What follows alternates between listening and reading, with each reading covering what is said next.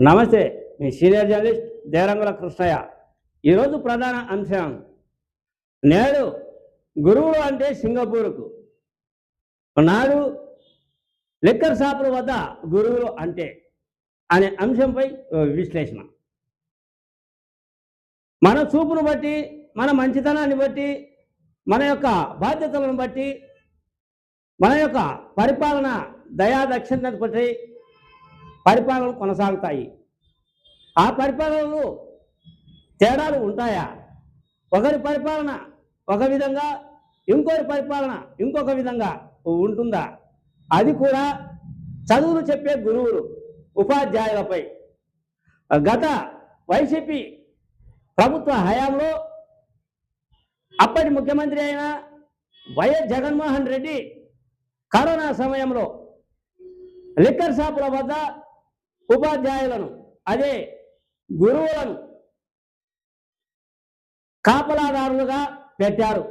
కారణం ఏమిటి అంటే, ఆ కరోనా టైంలో వారికి ఉద్యోగాలు పనిచేసే అవకాశాలు లేవు కాబట్టి వాళ్ళను ఎందుకు జీతాలు వాళ్ళకు చెల్లించాలి అనే ఉద్దేశంతో, వాళ్ళను ఉపయోగించుకున్నామనే ఉద్దేశంతో లిక్కర్ షాపుల వద్ద ఉపాధ్యాయులను పెట్టాడు జగన్మోహన్ రెడ్డి. ఇది అప్పట్లో అప్పటి ముఖ్యమంత్రి నారా చంద్రబాబు నాయుడు కావచ్చు, ఆ తర్వాత ఉద్యోగ సంఘాలు కావచ్చు, ఉపాధ్యాయ సంఘాలు కావచ్చు, అన్నీ కూడా వ్యతిరేకించాయి. గురువులు, చదువులు చెప్పే గురువులను ఈ విధంగా బ్రాండీ షాపుల వద్ద కాపలాదారులుగా వాడుకోవడం చాలా తప్పు ఇది అని అప్పట్లో జగన్మోహన్ రెడ్డిపై ఎన్నో విమర్శల వర్షం కురిపించిన సంఘటనలు అప్పుడు ఉన్నాయి. ఒక ఉపాధ్యాయుడు ఇంకా సీరియస్గా ఒక వీడియోను కూడా విడుదల చేశాడు. ఈయన ఏమి ముఖ్యమంత్రి? గురువులకు ఇచ్చే గౌరవం ఇదేనా? బ్రాండీ షాపుల వద్ద, తాగుబోతుల వద్ద గురువులు కాపలా ఉండాలా? ఏంటి ఈ విపరీత బుద్ధి అని ఒక ఉపాధ్యాయుడు ఆయన వీడియో ద్వారా ఆ ప్రభుత్వంపై విమర్శలు కురిపించారు. చాలామంది ఈ గురువులను ఈ విధంగా వినియోగించుకోవడం చాలా తప్పు అని ఎంతోమంది అప్పటి ముఖ్యమంత్రి అయినటువంటి జగన్మోహన్ రెడ్డిని విమర్శించే పనిలో పడ్డారు.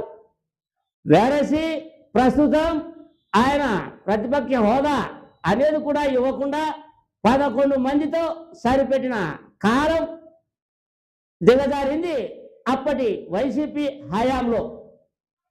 ఇప్పుడు చూస్తే కూటమి ప్రభుత్వం వచ్చింది.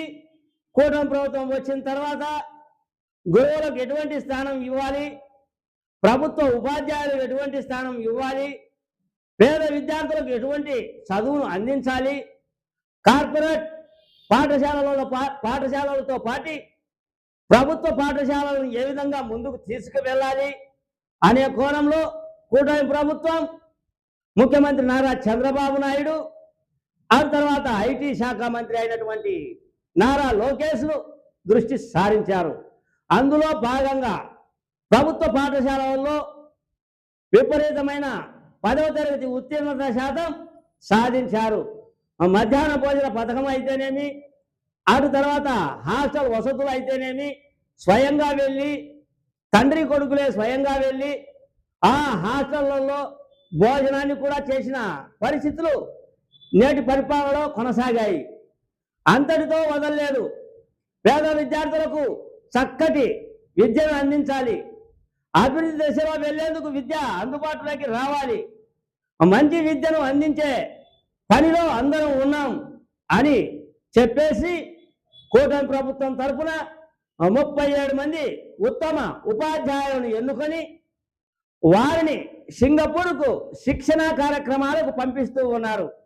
అక్కడ విద్యా బోధన ఏ విధంగా ఉంది, అక్కడ క్రమశిక్షణ ఏ విధంగా ఉంది, అక్కడ రూల్స్ ఏ విధంగా ఉన్నాయి, ఆ రూల్స్ను ఇక్కడ ఏర్పాటు చేస్తే ప్రస్తుతం ఉన్నటువంటి టెక్నాలజీ ప్రకారం పేద విద్యార్థులకు విద్య అందాల్సిన అవసరం ఎంతైనా ఉంది అనే ఉద్దేశంతో ప్రభుత్వ ఉపాధ్యాయులను 37 మందిని సింగపూర్కు పంపించాడు నారా లోకేష్. ఈ నెల 2 నుంచి 9 వరకు సింగపూర్లో శిక్షణ కార్యక్రమాలు ఈ 37 మంది ఉపాధ్యాయులకు ఉంటాయి.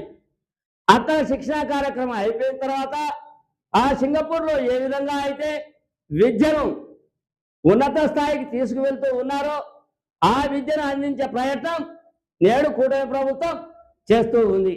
ఈ విధమైన కూటమి ప్రభుత్వ ఉపాధ్యాయుల పట్ల, అటు తర్వాత ఉపాధ్యాయులకు ఇవ్వాల్సిన విలువల పట్ల, ఆ ప్రభుత్వ ఉపాధ్యాయులకు ఏమి అందిస్తే పేద విద్యార్థులు ముందుకు నడుస్తారు అనే ఉద్దేశంతో కూటమి ప్రభుత్వం సుదూర ఆలోచన ప్రకారం సింగపూర్ శిక్షణ కార్యక్రమానికి 37 మంది గురువులను పంపించింది.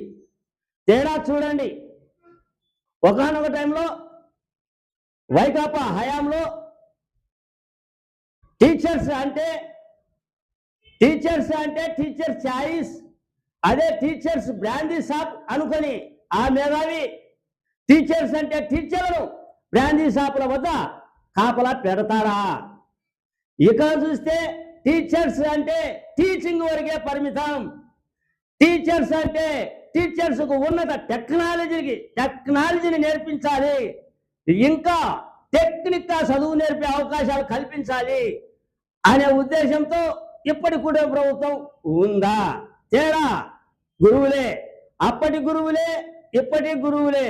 గురువులను ఏ విధంగా గౌరవిస్తుందో, ఆ గురువులకు ఏ విధంగా స్థానాన్ని ఇస్తున్నారో నాటి వైసీపీ పరిపాలనకు నేటి కూటమి ప్రభుత్వానికి తేడా ఇది అని తెలిపేందుకే నేను ఈ చిన్న వీడియో తీశా.